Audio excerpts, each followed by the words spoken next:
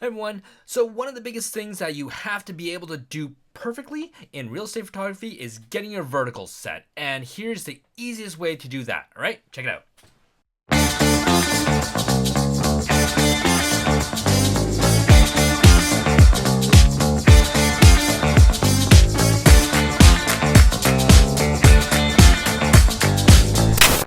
All right, let's head straight into Lightroom and take a look. This is a shoot that we just recently did of a vacant condo. So I want to open up this image here and check to see if my verticals are correct. The easiest way to do that is to go Command Option O. All right, and remember that, Command Option O.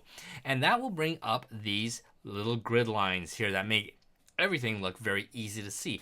If you don't have that, just go up to View and go to Loop Overlay, Show, and make sure that the grid is checked off there. If you've got that, you should be able to see this grid, and then you'll be able to look and see whether or not your lines are correct.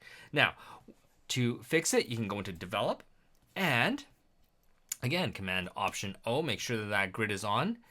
Head down to your Transform area here, so that's Transform, and make sure that your vertical is set. That's it. That will fix all your verticals most of the time, 90% of the time. All right. Now, to make it so that this goes for all of them, grab all your images, sync your settings, and set it so that your upright mode transformation is synced to all of your images, and then everything will have vertical. All right. Now, what if you get something like this where it is not vertical, right? You need to be able to change that to something different. Well, for something like this where it's straight on, you got horizontal lines that need to be straightened, and then you got vertical lines that need to be straightened, you just go and click on Full, and that will get it so that Lightroom will look at the horizontals and the verticals. Now, this works, again, 90% of the time. When it doesn't work, though, that is when you're going to be able to use something like, I'm just going to presume that, you know what, I'm just going to, let's pretend, oh, you know what, this one's actually pretty good. Okay, let's pretend that this one didn't work with the vertical and everything just didn't work out well. Well, now you can use what is called guided. And with guided, essentially it is you're guiding Lightroom to show how it needs to be straightened. And what I usually do is take one straight line on this side, click there, click on one straight line here, and I align it to the corner of a wall or a corner of a room. And then that sets it to what I need it to be set at. And this is very handy for some of the more difficult places where you have a lot of clutter, a lot of furniture, because Lightroom has a hard time trying to figure out where the straight walls are when there's, well, a lot of clutter and a lot of things in the way. So guided is very useful for that. Now, the next thing that we're going to look at is what all of these things are. What it is in this, the vertical, the horizontal, rotate, and all those. Well, vertical is easy, right? Vertical, right? Changes the vertical aspects there. So that's an easy one. Horizontal does exactly the same thing, just on the horizontal plane. Rotate, well, you should understand what that is. Aspect ratio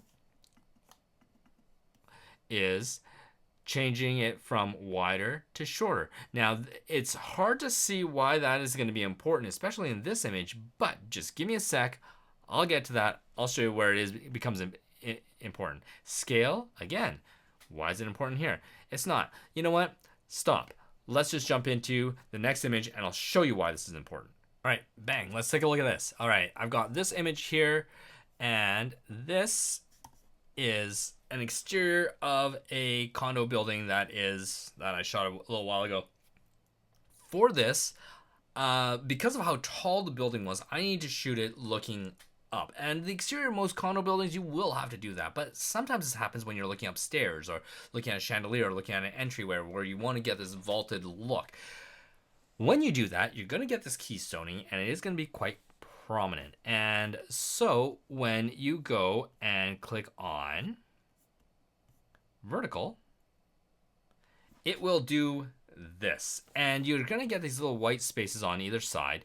So you're going to say, hey, you know what? I don't want that. I'm going to constrain it and I'm going to crop it. Now, as soon as you crop it, it's cropped it so that there's nothing on the bottom anymore. And this is where the aspect, scale, X offset and Y offset become very important. Take a look at this.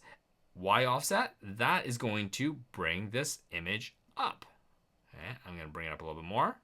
But now, look, I've chopped off the top of the building. I don't want that. I actually want to be able to see the top of the building, and so does my client. And so because of that, I'm going to change the aspect ratio a bit, bring that down so that it's kind of shrunk a bit and shortened a bit. And I'm going to take that Y aspect ratio, bring it down even more. And now I'm going to play with the scale. And now I've got the scale to be able to make it a little bit smaller.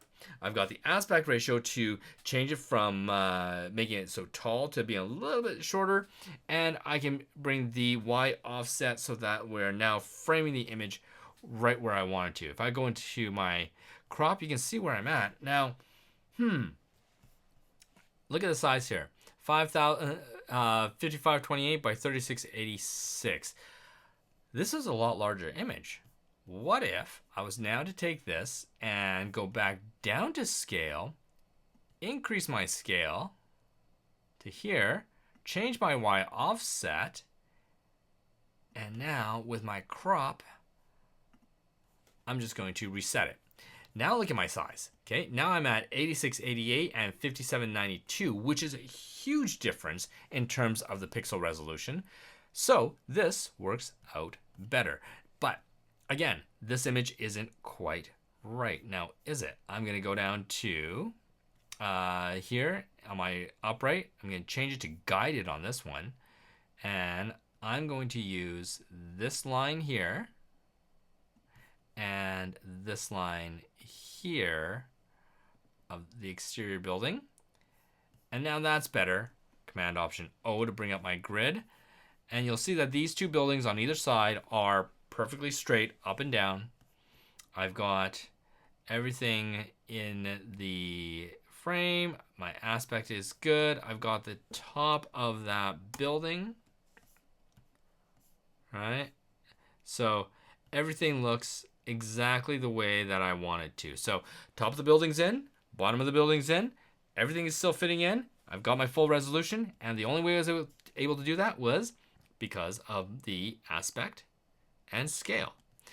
So that is how I do verticals in real estate. Okay, really quick, really fast.